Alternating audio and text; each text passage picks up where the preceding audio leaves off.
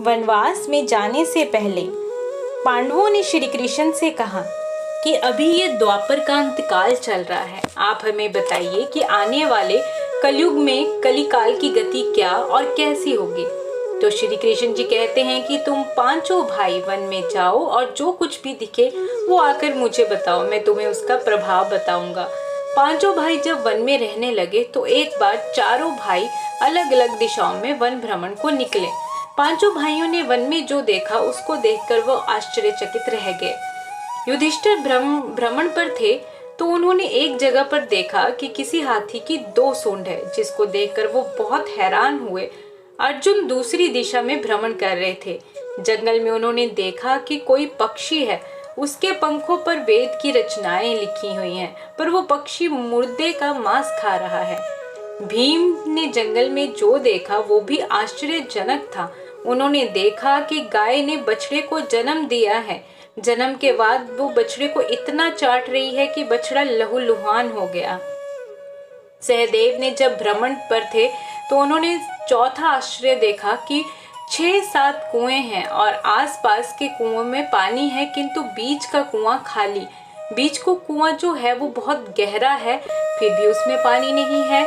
नकुल ने भी एक आश्चर्यजनक घटना देखी। नकुल ने देखा कि एक पहाड़ के ऊपर से एक बड़ी सी शिला लुढ़कती हुई आती है और कितने ही विशाल काय वृक्ष और शिलाओं से टकराकर उनको नीचे गिराते हुए आगे बढ़ जाती है। विशाल काय वृक्ष और शिलाएं भी उसे रोक ना सके। अंत में एक बहुत छोटे पौधे का स्पर्श होते ही वो शिला स्थिर हो गई। पांचों भाइयों ने जंगल से लौटकर श्री कृष्ण को अपने अनुभव सुनाए। सबसे पहले युधिष्ठिर ने कहा कि मैंने तो पहली बार 2 सूंड वाला हाथी देखा, ये मेरे लिए बहुत ही आश्चर्यजनक था। तब श्री कृष्ण कहते हैं, हे धर्मराज, अब तुम कलिकाल की सुनो। कलयुग में ऐसे लोगों का राज्य होगा जो दोनों ओर से शोषण करेंगे, बोलेंगे कुछ और, करेंगे कुछ और, मन में कुछ और कर्म में कुछ और।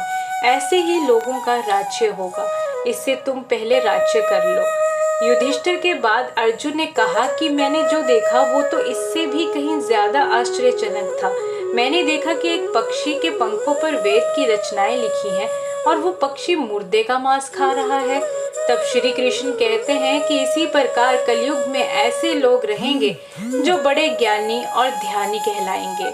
वे ज्ञान की चर्चा तो करेंगे लेकिन उनके आचरण राक्षसी होंगे। बड़े पंडित और विद्वान कहलाएंगे, किंतु वे यही देखते रहेंगे कि कौन सा मनुष्य मरे और हमारे नाम से संपत्ति कर जाए। हे अर्जुन, संस्था के व्यक्ति विचारेंगे कि कौन सा मनुष्य मरे और संस्था हमारे नाम हो जाए। हर जाति धर्म के प्रमुख पद पर बैठे विचार करेंगे कि कब किसका श्राद्ध हो, कौन कब किस पद से हटे और हम उस पर चढ़ें। चाहे कितने भी बड़े लोग होंगे, किंतु उनकी दृष्टि तो धन और पद के ऊपर ही रहेगी। ऐसे लोगों की बहुतायत होगी, कोई कोई विरला ही संत पुरुष होगा। अर्जुन के सवाल के बाद जब भीम ने कहा कि मैंने देखा कि गाय अपने बछड़े को इतना चाटती है कि बछड़ा लहूलुहान हो जाता है, तब श्री कृष्ण कहते हैं, कलयुग का मनुष्य शिशुपाल हो जाएगा। कलयुग में बालकों के लिए ममता के कारण इतना करेगा कि उन्हें अपने विकास का अवसर ही नहीं मिलेगा। मोह माया में ही घर बर्बाद हो जाएगा। किसी का बेटा घर छोड़कर साधु बनेगा तो हजारों व्यक्ति दर्शन करेंगे, किंतु यदि अपना बेटा साधु बनता होगा तो रोएंगे कि मेरे बेटे का क्या होगा। इतनी सारी ममता होगी कि उसे मोह माया और परिवार में ही बांध कर रखेंगे और उसका जीवन वहीं खत्म हो जाएगा। अंत में बेचारा अनाथ होकर मरेगा। वास्तव में लड़के तुम्हारे नहीं हैं, वे तो बहुओं की अमानत हैं। लड़कियां जमाइयों की अमानत हैं और तुम्हारा ये शरीर मृत्यु की अमानत है। तुम्हारी आत्मा परमात्मा की अमानत है। तुम अपने शाश्वत संबंध को जान लो बस। भीम के बाद सहदेव ने पूछा कि हे श्री कृष्ण, मैंने जो देखा उसका क्या मतलब है। मैंने ये देखा कि 5-7 भरे कुओं के बीच का कुआं एकदम खाली है, जबकि ऐसा कैसे संभव हो सकता है। तब श्री कृष्ण कहते हैं कि कलयुग में धनाढ्य लोग लड़की के विवाह में, मकान के उत्सव में, छोटे बड़े उत्सवों में तो लाखों रुपए खर्च कर देंगे, परंतु पड़ोस में ही यदि कोई भूखा प्यासा होगा तो ये नहीं देखेंगे कि उसका पेट भरा है या नहीं।